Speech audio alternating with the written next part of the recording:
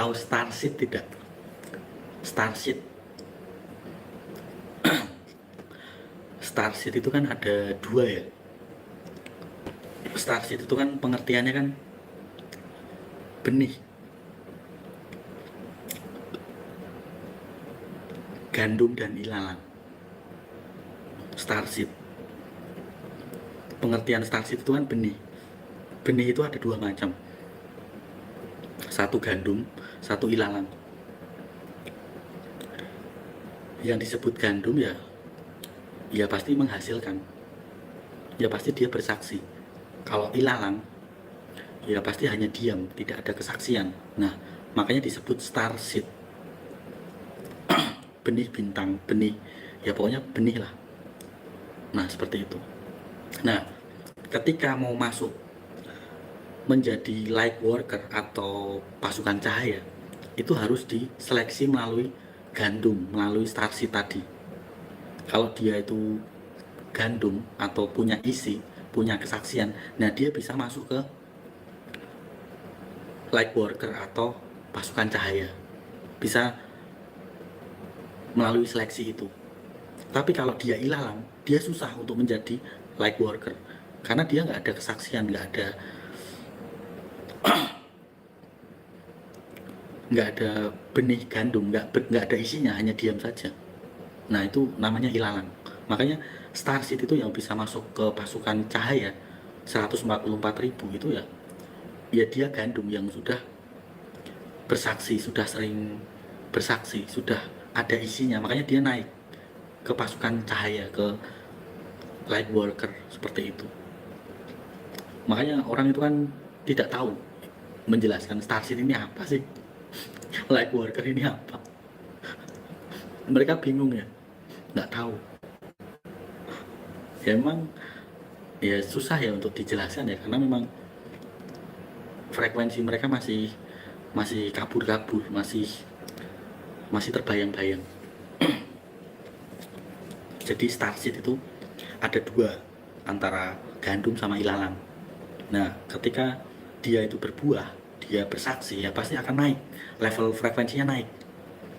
Yang tadinya itu frekuensinya di pikiran atau di logika, naik ke jiwa mereka, ke mental.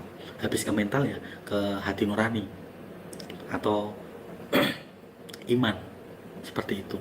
Barulah starseed ini ya, yang dari gandum ini, ketika sudah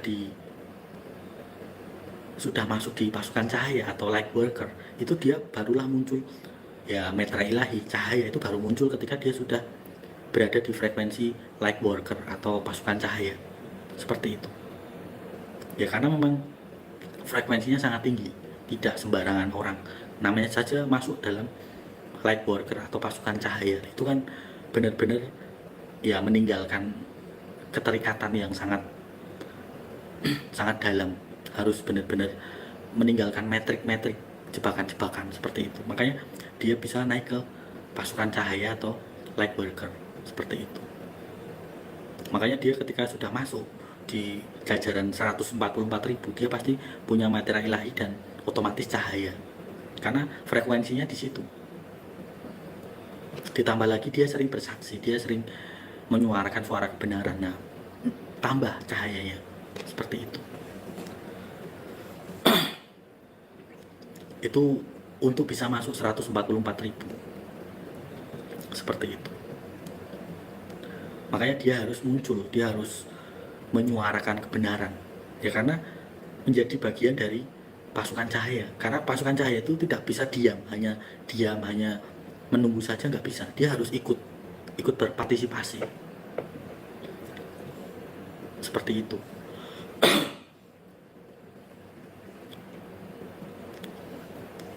Karena prosesnya, seleksinya itu sangat ketat, bahkan tidak sembarang orang itu bisa naik ke 144.000 itu.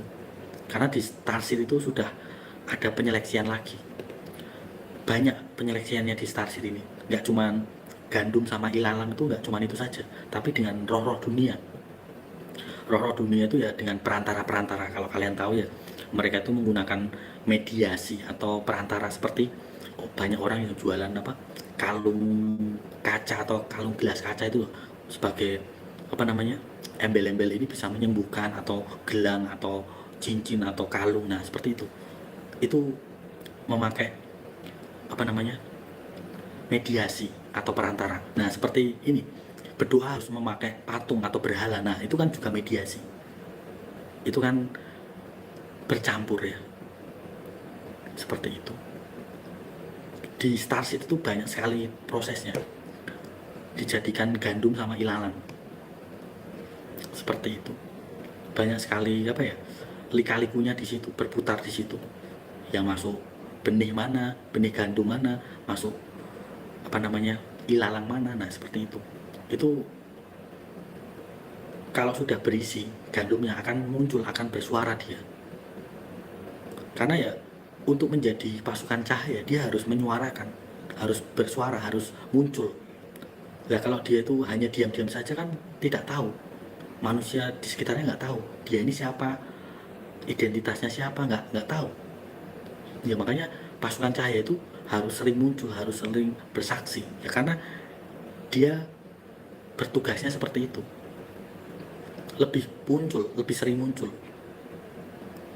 Namanya saja pasukan cahaya, ya pasti akan memperlihatkan cahayanya, mempertontonkan, oh iya cahaya yang aku punya. Kan masing-masing cahaya itu berbeda, tidaklah sama. Kan penderitaan, proses kehidupan manusia itu kan berbeda-beda. Ada yang menderitanya itu,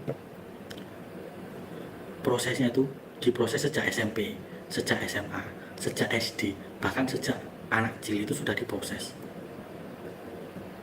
Prosesnya kan lain-lain ya, mungkin baru diproses sejak sudah menikah atau baru menikah, kan beda-beda prosesnya, sesuai level hatinya, imannya, pikirannya,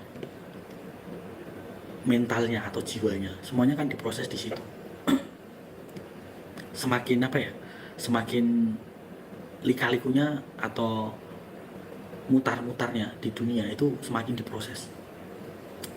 Seleksinya memang sangat ketat, tidak sembarang jiwa, tidak sembarang hati atau nurani itu bisa masuk. Karena kan hati pun kadang ada yang masih ragu-ragu, ada yang masih hatinya berat kemana. Nah itu kan masih ada seleksi lagi. Makanya Tuhan itu bisa tahu kenapa kok yang terpilih hanya 144.000. Ya karena memang disitulah prosesnya, tidak sembarang orang bisa masuk. Tuhan kan sudah tahu yang bisa masuk ya hanya 144.000 ini. Sudah, ya matematikanya Tuhan itu kan nggak bisa dilogika.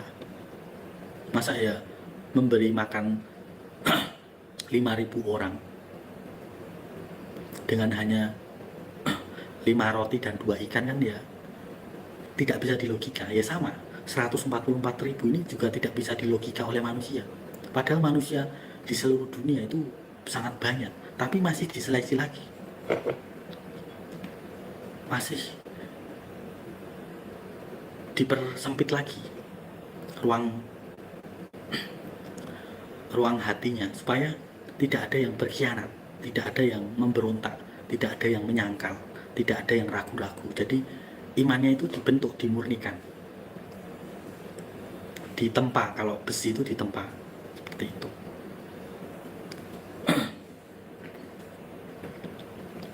Semuanya itu diproses. Kenaikan frekuensi itu ya dari pikiranmu naik satu tingkat ke jiwamu, ke mentalmu, naik frekuensi lagi, naik ke hati nuranimu, ke imanmu, seperti itu, diproses per frekuensi. Makanya manusia yang turun frekuensi itu biasanya jatuh di pikiran mereka, karena pikiran mereka sudah dikuasai oleh sistem dunia. Makanya para elit itu mendirikan apa? Rumah sakit, pabrik, apotek. Supaya apa? Manusia itu terikat pikirannya. Kalau tidak menggunakan obat ya sakit-sakitan. Kalau tidak makan makanan kemasan nggak bisa bertahan hidup atau survive. Penggiringannya kan seperti itu. Nah, ditambah lagi barcode sama kiris. Sekarang kan sudah pada mulai ya di pasar-pasar tradisional itu mulai menggunakan kiris. Bahkan di angkringan ya, barcode, menggunakan barcode sama kiris. Supaya apa? Ketika kalian sudah ikut dalam sistem, masuk dalam sistem itu, kalian mau tidak mau akan menjadi nurut, menjadi penurut.